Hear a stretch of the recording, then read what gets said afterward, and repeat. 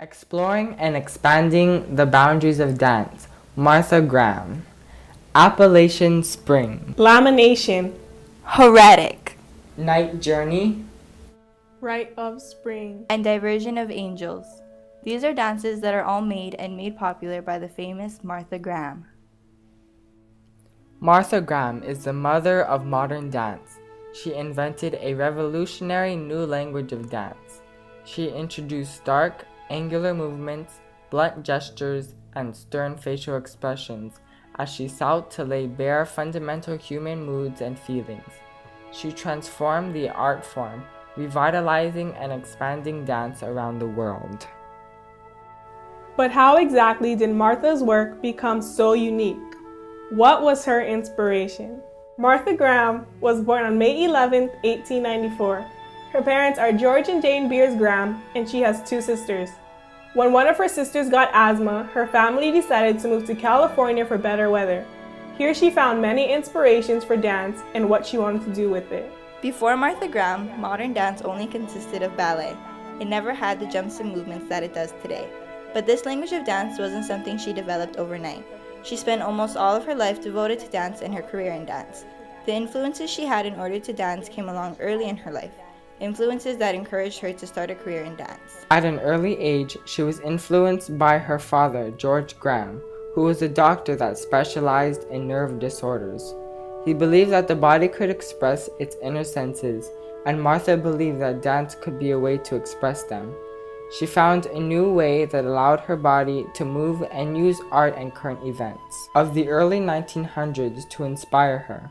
The rhythm of the sea and Oriental art was a major influence to Martha when her family moved to California in 1909. Most of Martha's dances were inspired by the events happening around her in the 1900s.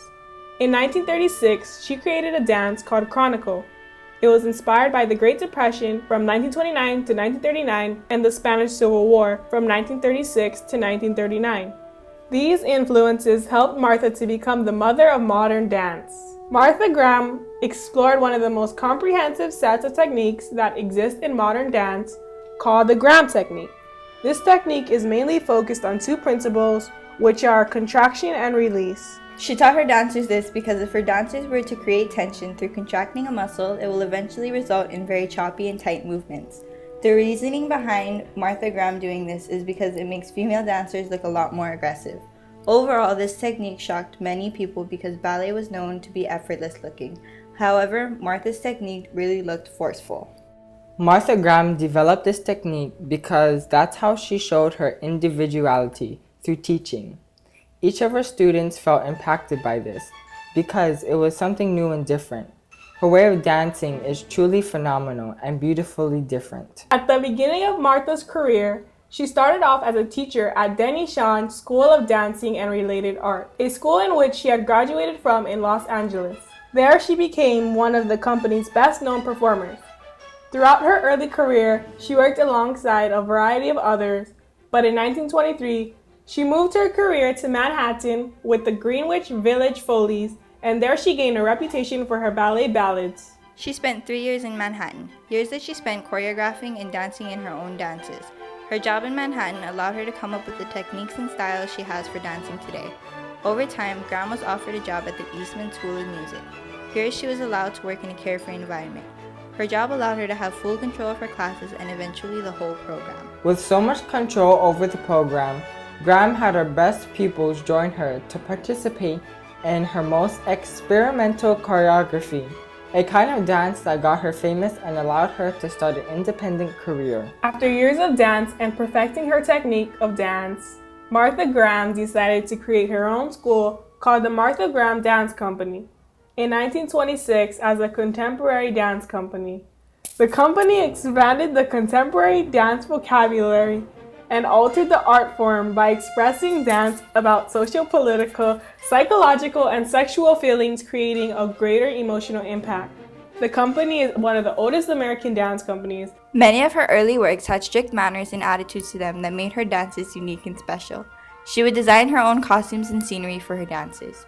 Her use of fabric in her lamination dance routine helped to express emotion in 1930. Her studio was strictly all women until she created a male-female duet in 1938. This duet included herself and a man named Eric Hawkins. Throughout the years, Hawkins became the male lead dancer as well as a frequent dance partner.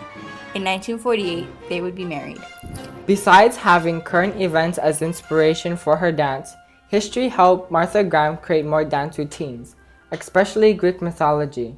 The ballet Clementia was inspired by the Greek legend it names after. This routine was a huge success and a group accomplishment for Graham.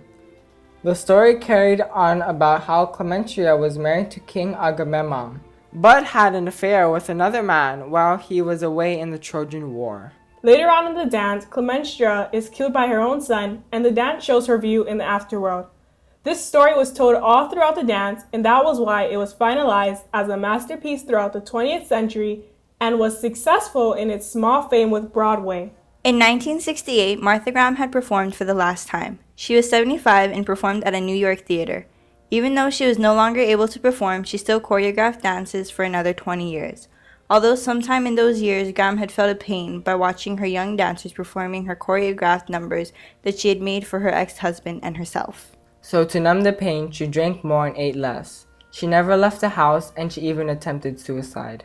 In her autobiography, Blood Memory, she wrote, "I believe in never looking back, never indulging in nostalgia or reminiscing. Yet, how can you avoid it when you look on a stage and see a dancer made up to look as you did 30 years ago? Dancing a ballet you created with someone you were then deeply in love with, your husband." She was hospitalized because she was in a coma for a long time. But in 1972, when she returned from the hospital, she quit drinking and returned to her studio, choreographing 26 more dances until her last complete dance, Maple Leaf Rag. Martha died from pneumonia in 1991 when she was 96, and her ashes are spread over the Sangre de Cristo Mountains in northern New Mexico. She is known to be one that stands out because in the beginning of her career, she was a dancer against the odds of everyone.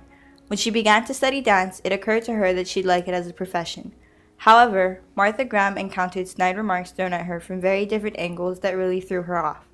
A lot of the time, she'd be called too heavy, too old, or too homely to be taken seriously. But that didn't stop her at all, even if many said that she was better off as a teacher instead of a dancer. She knew what her fate was, so she continued to follow her destiny to become a dancer. Martha Graham knew that even if she didn't end well, she would have tried it anyways, because it's something she loved to do.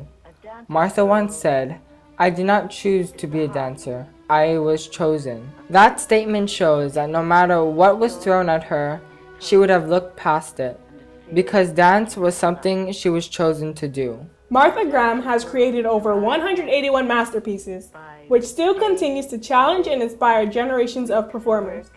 In 1986, she was awarded the One Centennial Award for dance by her theater colleagues, awarded only once every 100 years. She was also given the United States' highest civilian honor, the Medal of Freedom. She captured the spirit of a nation and expanded the boundaries of contemporary dance. She said, "I have spent all my life with dance and being a dancer. It's permitting life to use you in a very intense way. Sometimes it is not pleasant. Sometimes it is fearful. But nevertheless, it is inevitable."